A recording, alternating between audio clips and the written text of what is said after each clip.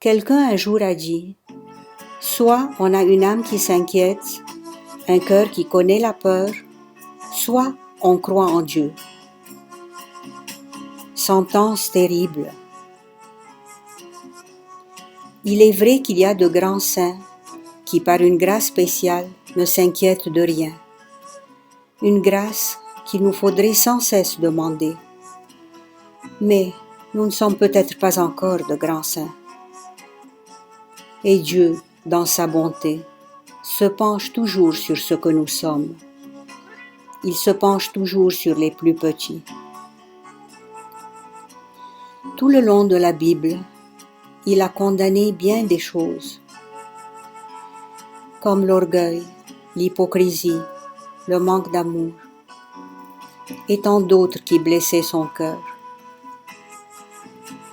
Mais s'est-il un jour réellement fâché de ceux qui avaient peur? Même face à leur manque de courage, à leur foi qu'il voulait plus grande, les a-t-il jamais condamnés pour s'être inquiétés? Pas une seule fois, Jésus ne les a repoussés.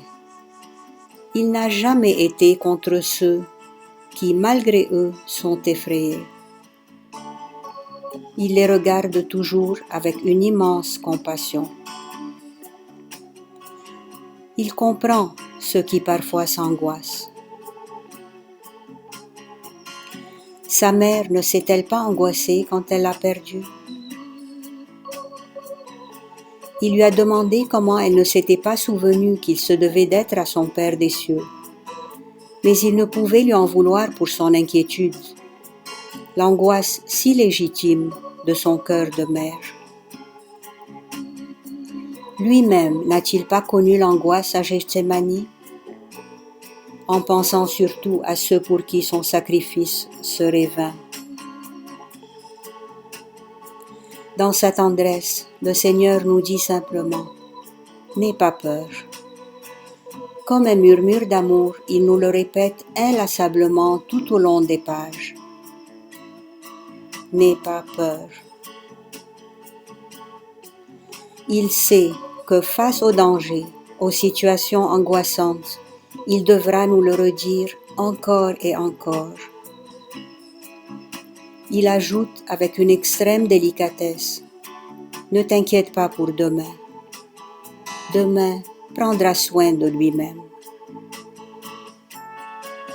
Demain, n'est-ce pas lui?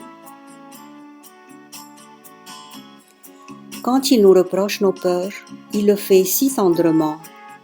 Il connaît si bien nos frayeurs.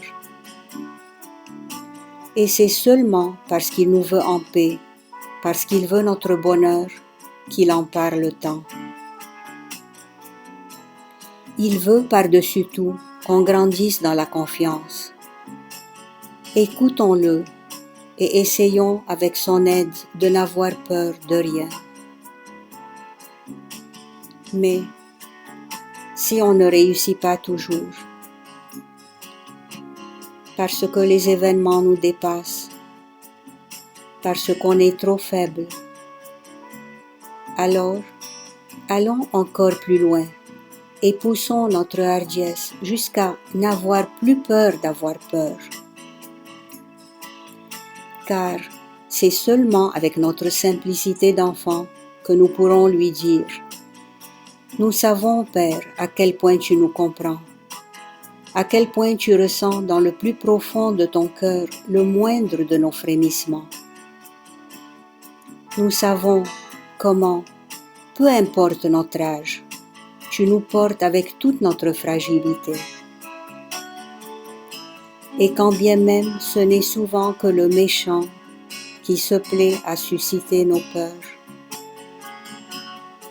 acceptons humblement d'avoir tremblé parfois, d'avoir souvent été envahis par 1000 craintes.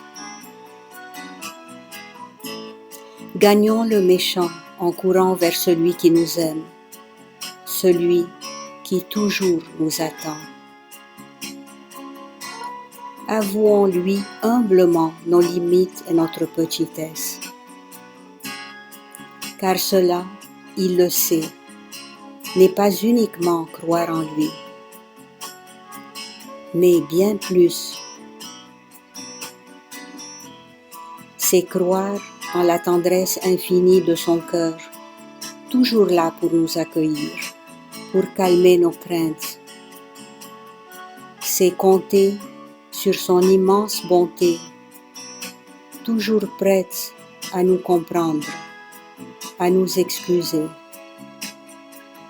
Et au-delà de tout, c'est avoir la certitude de l'amour infini et sans limite qu'il a pour nous.